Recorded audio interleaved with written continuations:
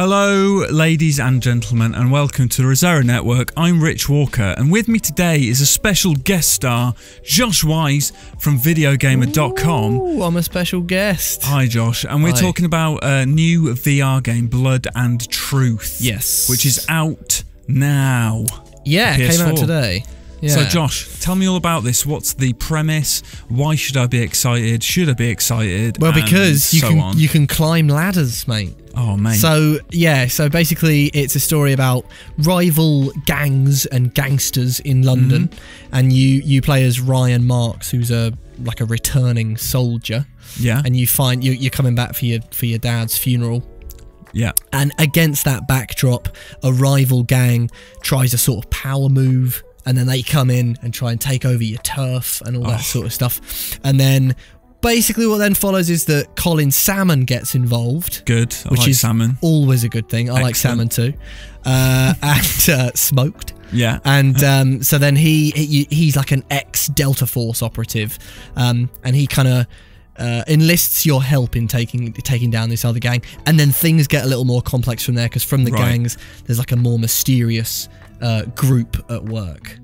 Okay. So yeah, it's sort actually of an Illuminati type. Kind of, yeah, like a shadowy group that's controlling everything. To be honest with you, like the plot and the story and the characters, kind of the least memorable. Like I'm saying these things because I think I read them.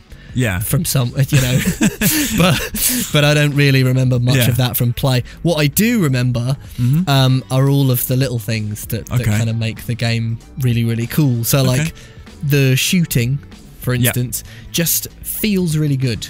It's one of the better like VR shooters that I've played. It kind of sort of a cross between something like Time Crisis, right? A bit of first-person shooter, so you can see your hands in the world, right? And you can really kind of your floaty hands. You got little floaty, grabby hands, and you can give people the finger as well. Oh, nice! If you want, if you press I think it's triangle for the right hand and up for the left hand, and he's got the little rock horns as well. Yeah, the devil horns. The devil horns and a little thumbs up, so you can kind of mess with people. But you said they don't really respond to you, right? You told me that earlier. They don't really react. It's kind of a shame, yeah. A bit of a missed opportunity, maybe. Like you can. So like what I did was, as Colin Salmon would be telling me, where I had to go. Yeah. I'd just sort of be pushing my finger right into his face, and just sort of like leaning across the desk, sort of staring at him, and he wouldn't really react. But I like to think that's because Colin Salmon's just consummate so cool pro. under pressure. Like, yeah, he's not going to... They could have recorded like a little line like, don't do that. I know! Or,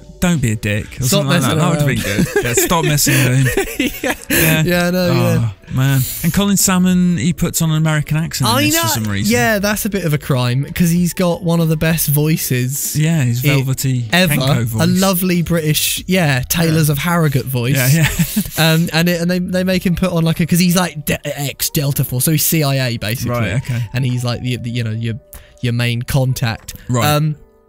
But yeah, I should also say, most of what you're doing isn't just putting your finger up at Colin Salmon. A lot of it is shooting, and it's pretty good shooting as well. Okay. So it does things like that you may find yourself doing when you're playing a non-VR game, like craning your neck to peek around a corner or something. Right. Only in Blood and Truth, that'll actually get you results. Yeah, awesome. So you sort of see an enemy and you can peek around and sort of pop them off. Yeah. The basic, like, when you're just sort of looking around environments and things, you'll see little arrows pop up, little sort of waypoint markers. Yeah.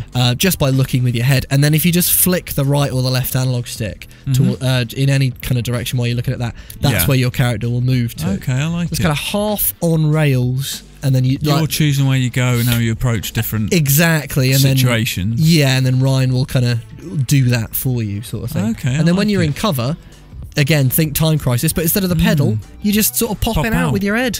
Yeah. Action. Reload. Reload. It doesn't have that, unfortunately. No, sadly not. No. If you're looking at this, by the way, and thinking it looks a little bit shonk, or it's footage you've seen before, it's because we're using footage that was released for PlayStation Experience, right? Yeah, I think this is the Experience footage. Yeah, and some of this stuff's slightly different to what it ends up, but you're basically getting what it's like. But you won't have heard our colour commentary and review impressions, so it all works quite well, though, right? Yeah, no, it doesn't take very much getting used to at all. It's every now and again you'll get the slight sort of like jerky hand movement or something, just as it kind of doesn't register what you're doing. Right. But that's quite rare. And once you've gotten over the initial sort of thing of what you're actually doing about it, after about 5-10 minutes or something, it kind of clicks in your head, and you get used to it. So for instance, like I didn't know that if you can actually move the gun right up to your eye if you've got the PSVR thing on, and actually look down the iron sights. Like it's kind of not really doing it quite in the footage here, but you can get up really close.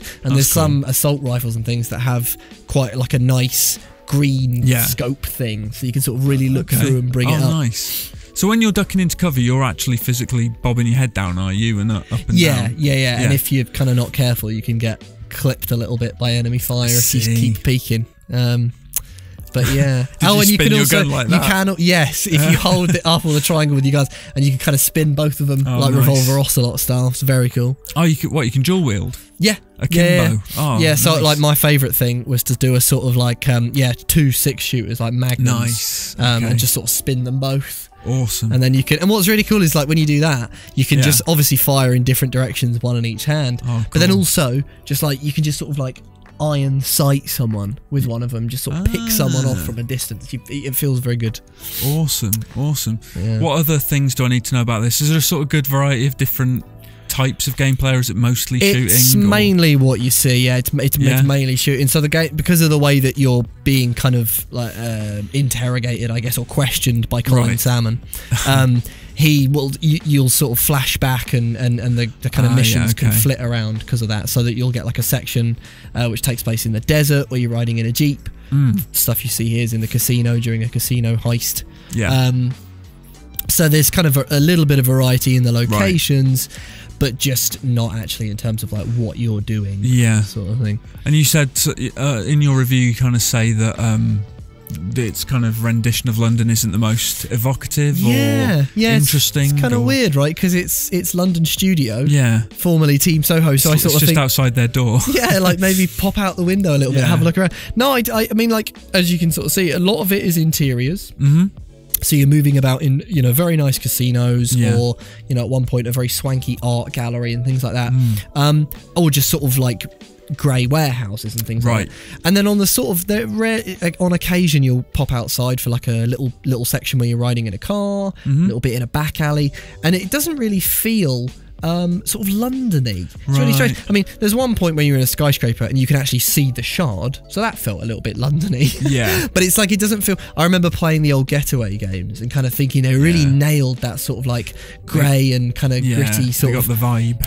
And playing Blood and Truth, you don't really get that same thing. I mean, it helps that lots of the actors in it kind of shout in Cockney dialect. That helps. But it's not quite as authentic as maybe you might think, I found. That's a shame, man. Quite strange. It is a little bit of a shame, but I suppose you can really go overboard on some of the kills.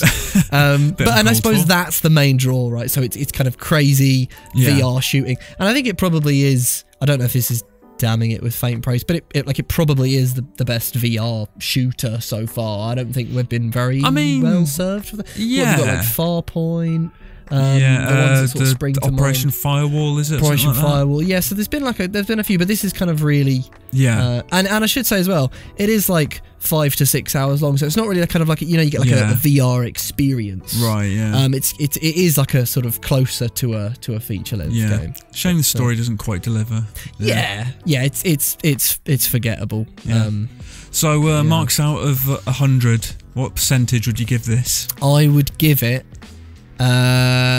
60%. Well, for the full review, you can go to videogamer.com and read Josh's words if you like. In which I gave it 6 out of 10, so it all works out. Extrapolate that into a percentage. You can add 1 or 2 if you want. You can go for 62 or whatever you like. I mean, it's not an exact science, is it, this reviewing lark? What's the difference between 60 and 61 at the end of the day?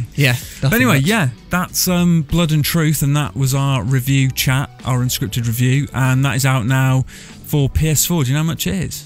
I don't. It's probably like the price of full game, I imagine, isn't it? Probably. Like 50 quid? Don't quote us on that. Anything up to 50/60 pounds if they went really mad.